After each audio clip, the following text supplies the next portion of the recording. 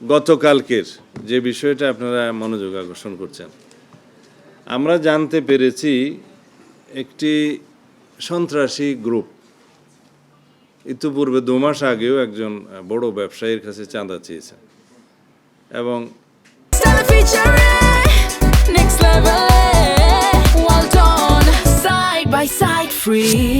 Police commissioner নজরে আনলে police commissioner সাহেব চট্টগ্রামে তাকে নিরাপত্তা দিয়েছে, বাসায় পুলিশ প্রহরা দিয়েছে। তো সেই সন্ত্রাসী গ্রুপ হয়তো সুবিধা পায়নি, সেই জন্য 2 মাস পরে আবার একই রকমের কর্মকাণ্ড করেছে এবং হেভি ওয়েপন্স সহ তারা গোলাগুলি করেছে। আমি আপনাদের জ্ঞাতার্থে বলতে চাই, বাংলাদেশে যত শীর্ষ সন্ত্রাসী আছে, এরকম যত চাঁদাবাজ আছে, তারা অতি অবশ্যই যাতে আইনের আওতায় আসে, ধৃত হয়, সেই ব্যবস্থা আমরা খুব দ্রুত নেব।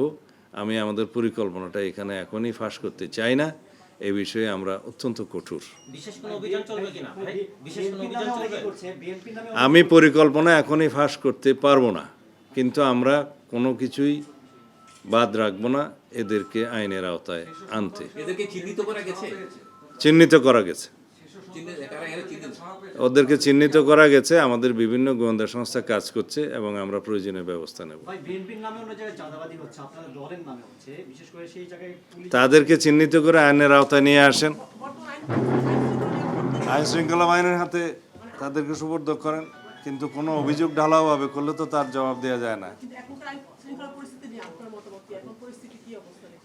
এখন আইন শৃঙ্খলা পরিস্থিতি উন্নয়নের চেষ্টা করছে, আগের তুলনায় অনেক ভালো। একটা রাজনৈতিক সরকার প্রতিষ্ঠিত হলে স্থিতিশীলতা আসে, মানুষের মনে একটা শান্তি আসে এবং নিশ্চয়তা আসে। তো সেই জন্য এই আবহাওয়ার কারণেই আইন শৃঙ্খলা পরিস্থিতি আগের চাইতে অনেক ভালো, দৃশ্যমান। নরসিংদীতে একটা নৃশংস হত্যাকাণ্ড হয়েছে, আমরা বলেছি 24 ঘন্টা থেকে 48 ঘন্টার ভিতরে সমস্ত অপরাধীদেরকে অ্যারেস্ট করতে হবে। করা হয়েছে কিনা? আরও 2-3টে এরকম ঘটনা হয়েছে, সবগুলোকে আমরা করেছি। আমরা ঘটনা কি ঘটবো তার আগে তো আমরা গণক নই যেটা জানবো, কিন্তু ঘটনা ঘটার পরে আমাদের দায়িত্ব আমরা পালন করছি কিনা সেটাই হচ্ছে মানুষের দেখার বিষয়। আমরা সেটা জনগণকে দেখাতে পেরেছি।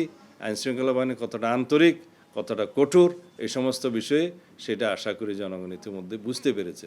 এবং আমি ইনস্ট্রাকশন দিয়েছি, আমাদের ইনভেস্টিগেশনের দায়িত্ব আমাদের, আমরা খুব দ্রুত ইনভেস্টিগেশনের মধ্য দিয়ে এটা আদালতে চার্জশিট দাখিল করব এবং দ্রুততম সময়ের মধ্যে একটা দৃষ্টান্তমূলক ব্যবস্থা, বিচারের ব্যবস্থা করা হবে।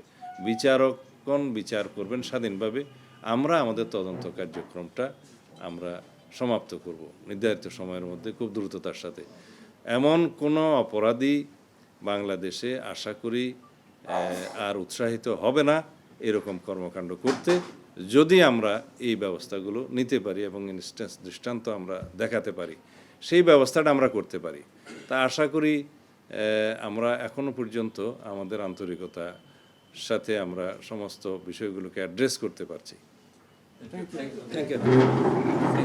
আমাদের অ্যানাউন্সমেন্ট হচ্ছে না।